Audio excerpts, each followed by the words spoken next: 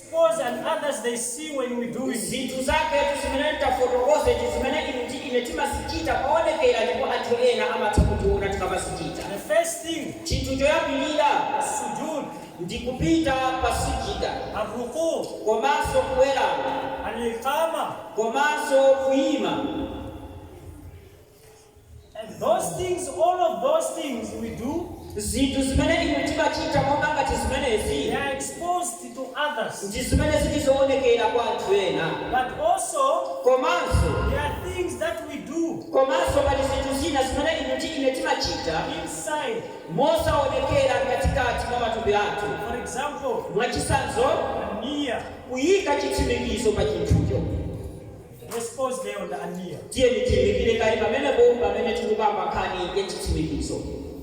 What is ania? Kodi akamati nia ndichiyani chitsimikizo? Ania tikamati chitsimikizo is the intention of anything that you do before you start doing. Chitsimikizo chimene munthu wina aliyese amayika pa chinthu chimene akufuna kuchita ntchitoyo asadayirapo kuchita. And this intention, ndipo chitsimikizo chimenechi is inside, chimakhala mtima mwathu, not outside. osakhala kunja kwa thupi lathu. We speak inside of us. Chimayankhula mwa ife mkati mwathu.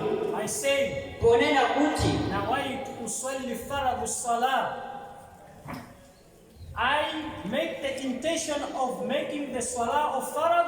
Ndipo poyankhula mawu amene wa mtima timanena kuti ndikutsimikiza zoyimiza swala imeneyi koma mtima mbele. If it is dhuhur, then you mention dhuhur. Ndipo ngati niya imene tikubanga pa swala ya dhuhuri ndiyo kuti tizayenera kuitchula swala ya dhuhuriyo. And then we start our salah. Ndipo pamene inuti ine timayamba swala yathu. Then we bring out upon the sound. Ndipo pamene tsopano pamabwera mawu mokweza, whereby everyone, each one of us who is making salah hears the sound. Ndipo mawu amene timatsatizira woti wina aliyense amene akutsatizira swalayo amakumva. Salatul al-iftitah, surat al-iftitah salah.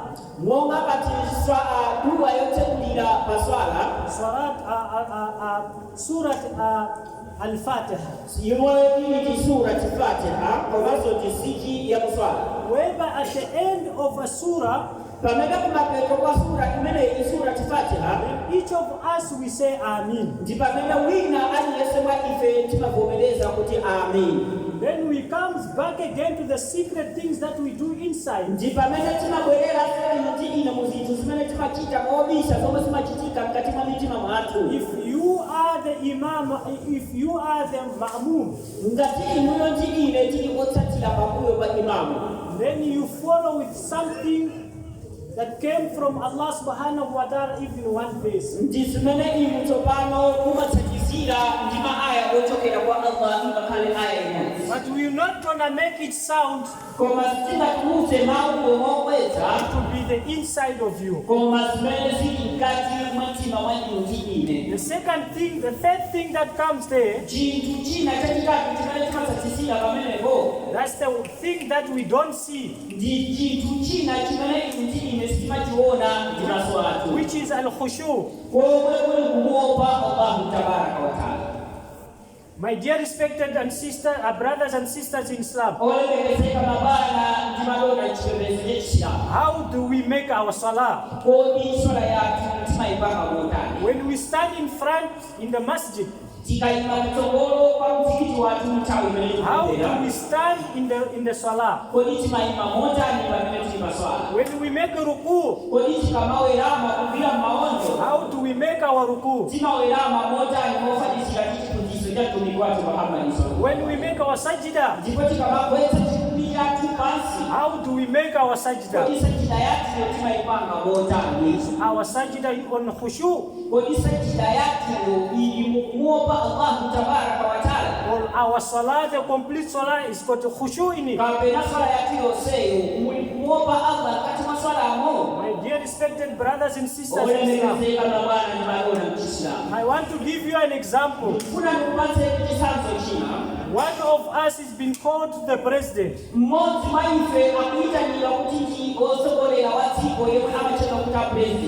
Then he comes inside of us. There is something that is going to happen every one of us will remember.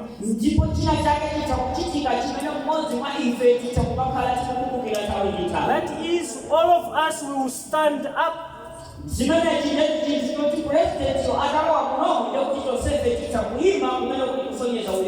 just to give the respect to him. How do you give respect to Allah subhanahu wa ta'ala?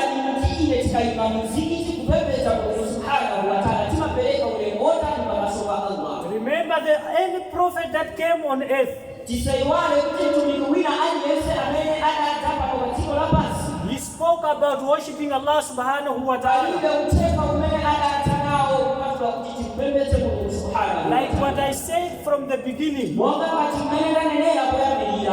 subhanahu wa ta'ala says also in the Quran, A'udhu billahi minash shaitanir rajim. Bismillahir rahmanir rahim. Fi kulli ummati rasulan an i'budu Allah wajtanibu at-taghut. From every ummah, there was someone who was chosen to tell his people about Allah subhanahu wa ta'ala.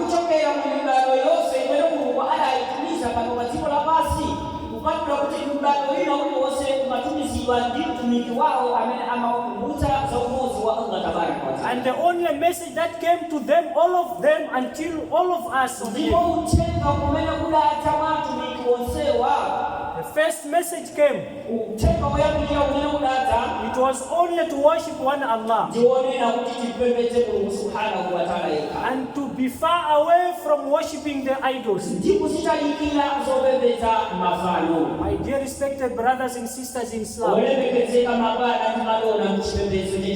how do we stand in front of Allah subhanahu wa ta'ala? There is one instant. It was in the time of Nabi Muhammad sallallahu alayhi wa sallam.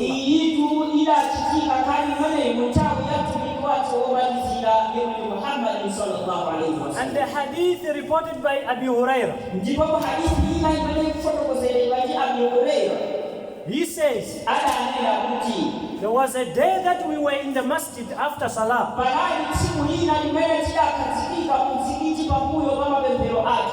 Then one man approached us to come outside from the outside into the masjid.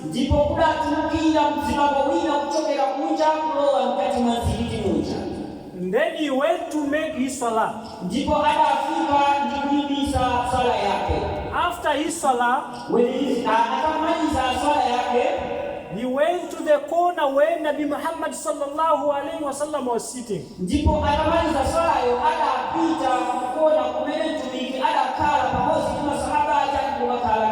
Then he gave salam to Nabi Muhammad sallallahu alayhi wa sallam. Muhammad sallallahu alayhi wa sallam says, go back and make salah. Then he went back. He made his salah. After when he finished, he came back to the Nabi Muhammad.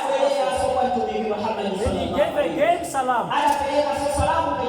Prophet Muhammad sallallahu alaihi wasallam said, go back and make your salah. The person went and make his salah. When he finished, he came to the Nabi Muhammad sallallahu alaihi wasallam. He gave salam. Nabi Muhammad sallallahu alaihi wasallam says, go back and make your salah. The person went again. He made his salah. And then he came back. He gave the salam to Nabi. And then this time around, the person asked Nabi Muhammad sallallahu alaihi wasallam, oh ya Nabi Allah, can you teach me how to make salah?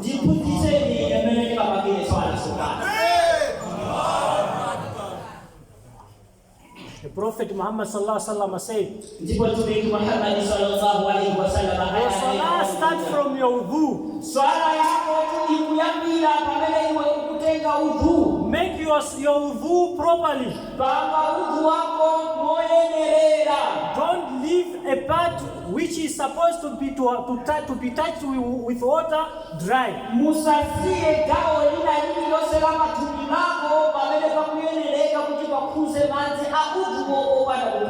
And when you finish, go and stand. Make your iqama. After that, make your dua and niya.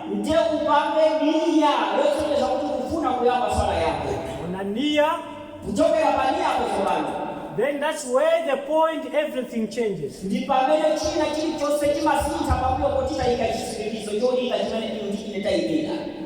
And then we start.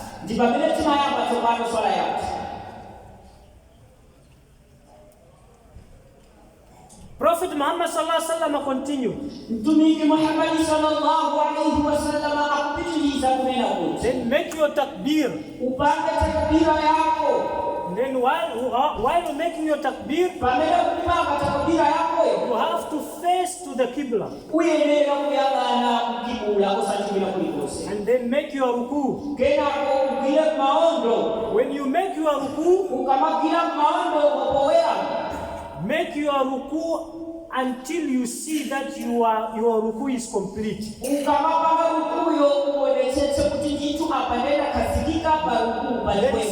stand up from your ruku until you feel yourself that the entire body of yours is straight.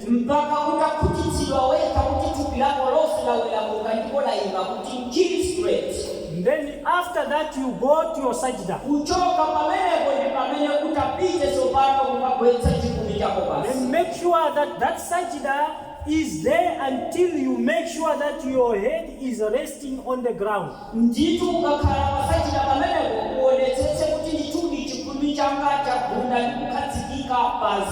Then stand again. Come to the place you sit before the two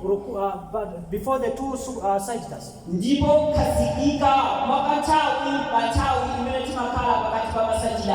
Then this sitting as well, you need to sit to the time that you know that this sitting is a right sitting.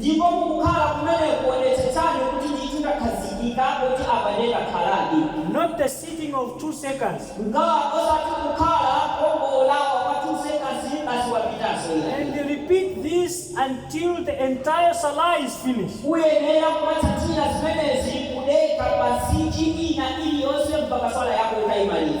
The question is, the question I ask from myself first to you and to you also.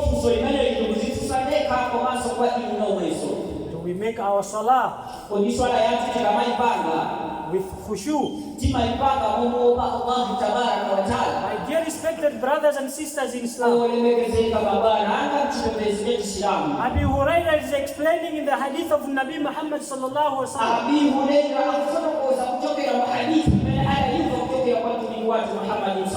the teaching that the Prophet Muhammad sallallahu alaihi wasallam was teaching, the lesson that he was teaching to this person. We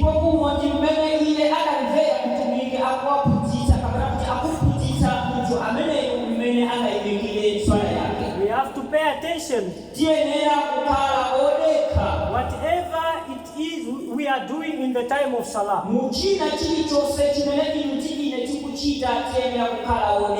Because remember, on the day of judgment, the first question that everyone will be asked in the front of Allah,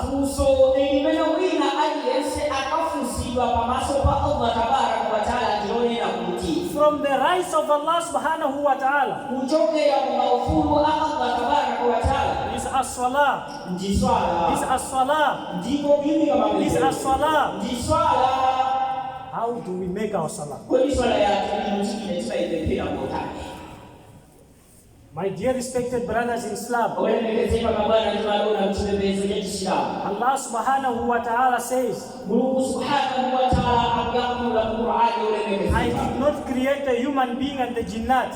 Sina ngolenga watu komaso ziwanda. The only reason is to worship me. Cholinga chimeleka sendela zolenga basimezi kuti. How to worship Allah subhanahu wa ta'ala. Oli mtini tunampembeza bwanji. Prophet Muhammad sallallahu alaihi wasallam says, ndipo tumiki Muhammad yakuna kunena kuti as-salatu imaduddin. Swala kimene ikumanga chipembezo cha Kiislamu.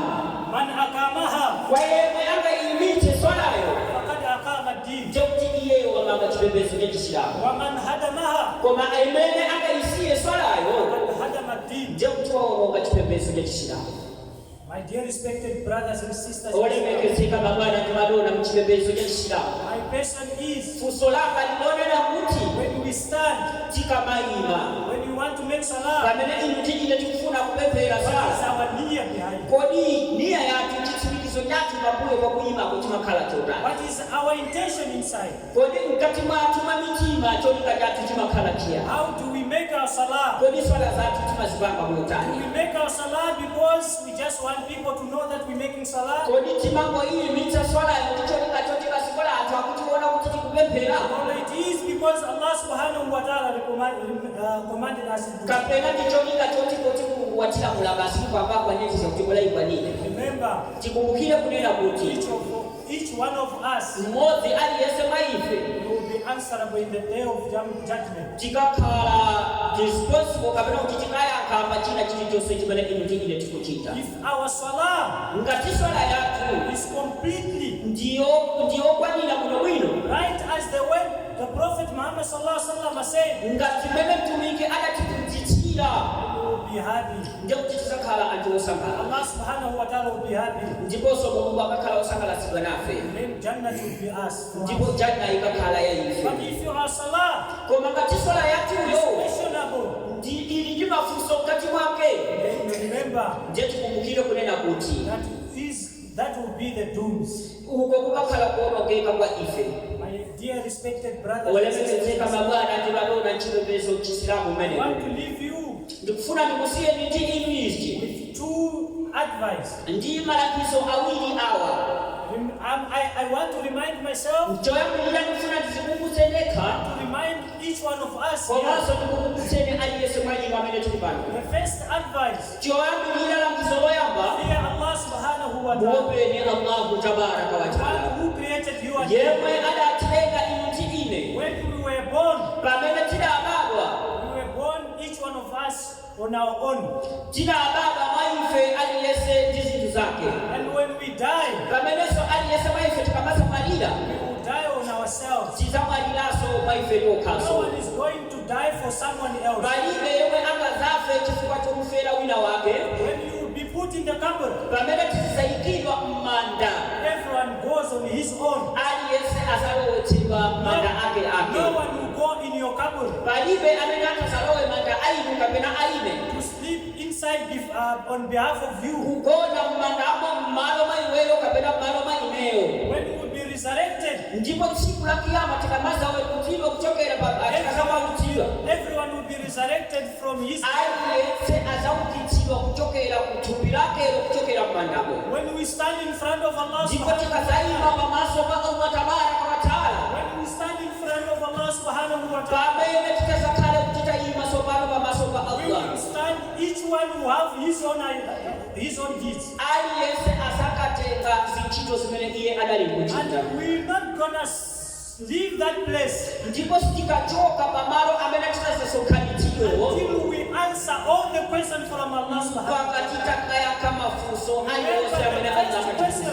Ndipo kumbukira funso loyamba These are salah. ndi swala. If you fail on them, Ndipo tikakalephera kuyankhula swala, everything that comes it will be china hard for you. chilichonse chimene chinazazatsika pamene tizakhala But kuonongeka if kwa you iwe. pass that Koma exam, ngati tikakapambana pa funso la swala, everything that comes it china will be easier for you. chilichonse chimene chitazabwera pamene tizakhala chofewa kwa ife. The second advice, Ndipo langizo lachiwiri, I want to leave you with a question. ndipo tikufuna ndikusiye lisoni ndi funso. After listening to what I say, Pambuyo pomvetsera zimene timakambazi, after reciting the verses of Quran, pambuyo powerenga maaya a mu Qur'ani, after reciting the hadith from Nabi Muhammad sallallahu alaihi pambuyo sokokula katulirani mahadithi a Mtume fuso lilonena The person kuti stays and it will stay. ndipo fuso lilikhala chochi lizakhala likupitikirabe. How do you make your salah? Kodi swala yathu timapembedza motani tikafuna When you kupembedza. make your salah, Tikamapanga swala yathu, after finishing your salah, tikamalizaso swala yathu yo. you see your salah, that's the perfect salah. Weka ukakhutitsidwa mumtima kuti swala yanga iyi ndani yolondola bwinobwino. If you don't fix that salah, Ngati sikuyilinganiza bwino swala yathu yo. Allah will just take the salah and chuck it away from you. Swala imeneyo wakangoitenga kutiponyera kunkhombe Because kwathu. there's nothing you're going to get out Chifukwa of it. palibe chimene tikapeza kuchokera mu swala yathu yonongekayo. Only wasting of time Ndipo tikungoononga nthawi chabe and energy. ndi mphamvu zathu. My dear respected brothers, Olemekezeka mabwana timalona chipembedzo chachisilamu. allow me to stop there. Ndiloleni kuti tiyimire pamenepa. Remember the topic is salah. Koma tisayiwale kuti kukumana kwa lero cholinga chathu kukumbusana za swala. Whoever comes and stand here Aliyense amene atabwera kutsogolo kuno ndi kuyima will be still speaking about salah. akhala akutipitiriza ndi kuti kukutsa za swala imeneyi. After that, I just say, Pambuyo pa zimene zinene kuti Assalamu alaikum wa rahmatullahi wa barakatuh. assalamu